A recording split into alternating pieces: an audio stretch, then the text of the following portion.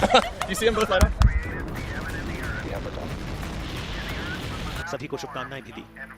Indian space Yet another spectacular setback.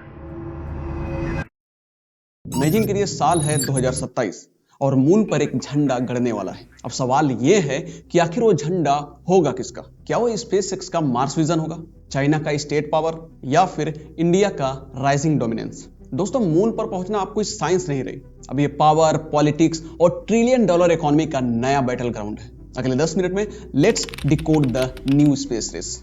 Cold war के जमाने में स्पेस रेस का मतलब था नेशनल प्राइड। हम पहले पहुंचे, हम जीत गए, बस। लेकिन आज गेम बदल चुका है। आज मून पर जाना कोई फ्लैग प्लांटिंग सेरेमनी नहीं, बल्कि वहां रियल स्टेट डेवलप करना है। प्लेयर्स भी चेंज हो गए। पहले ये लड़ाई सिर्फ यूएसए और यूएसएसआर के बीच थी, लेकिन आज ये एक 3-वे डेडलॉक है।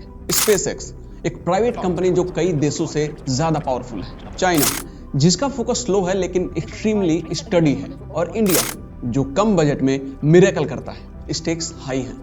रिटर्स के रिपोर्ट्स के मुताबिक स्पेसएक्स 2027 तक अनक्रूड लूनर लैंडिंग टारगेट कर रहा है। चाइना अपने लॉन्ग मार्च रॉकेट्स टेस्ट कर रहा है, और इंडिया गगनयान मिशन के सक्सेस के बाद हमारा टारगेट 2028 तक crude lunar mission capability develop करना है। The clock is ticking. सबसे पहले बात करते हैं द बीस्ट की।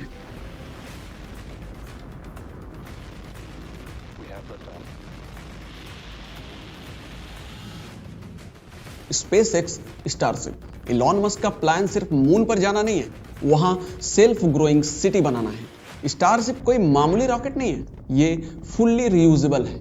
Think of it like a flight. Fuel भरो, उड़ाओ और लैंड करो, और इसी को रिपीट करते रहो। लेकिन यहाँ एक कैच है, स्टारशिप अभी टेस्टिंग फेज में है, और बड़े रॉकेट्स मतलब बड़ा रिस्क।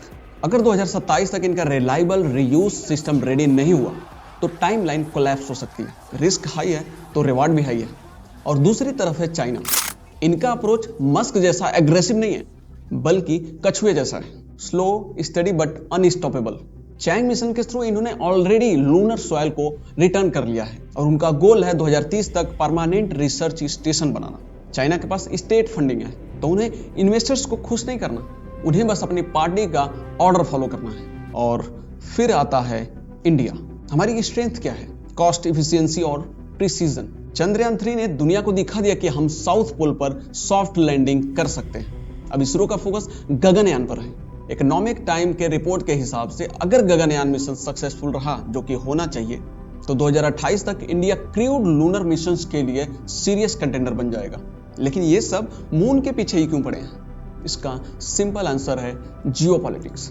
मून के साउथ पोल पर है वाटर आइस, और इससे हाइड्रोजन और ऑक्सीजन को अलग करके रॉकेट फ्यूल बनाया जा सकता है। मतलब मून बनेगा अर्थ का पेट्रोल पंप। तो जो वहां पहले पहुंचेगा, फ्यूचर स्पेस इकोनॉमी का कंट्रोल उसके हाथ में होगा।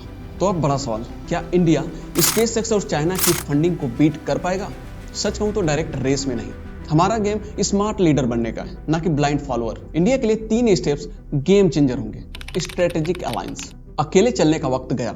नासा के आर्टेमिस अकॉर्ड और जापान के साथ लूपेक्स मिशन, ये पार्टनरशिप इंडिया को टेक एक्सचेंज में बूस्ट देंगे, क्योंकि collaboration is the new competition.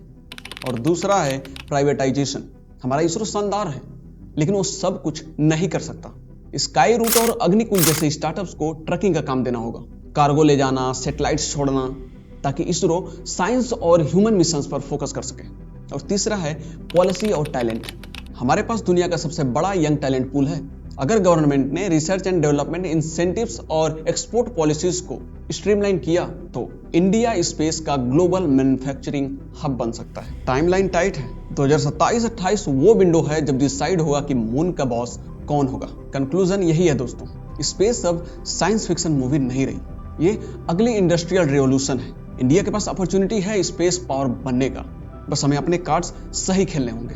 आपका क्या ओपिनियन है? क्या स्पेसएक्स की स्पीड जीतेगी, चाइना का पैसा या इंडिया का इनोवेशन? कमेंट सेक्शन में #team SpaceX, #team China, #team India के साथ लिखें। मैं सारे कमेंट्स पढ़ूंगा। अगर वीडियो पसंद आया हो तो वीडियो को लाइक करें, चैनल को सब्सक्राइब करें। मिलते हैं नेक्स्ट वीडियो में।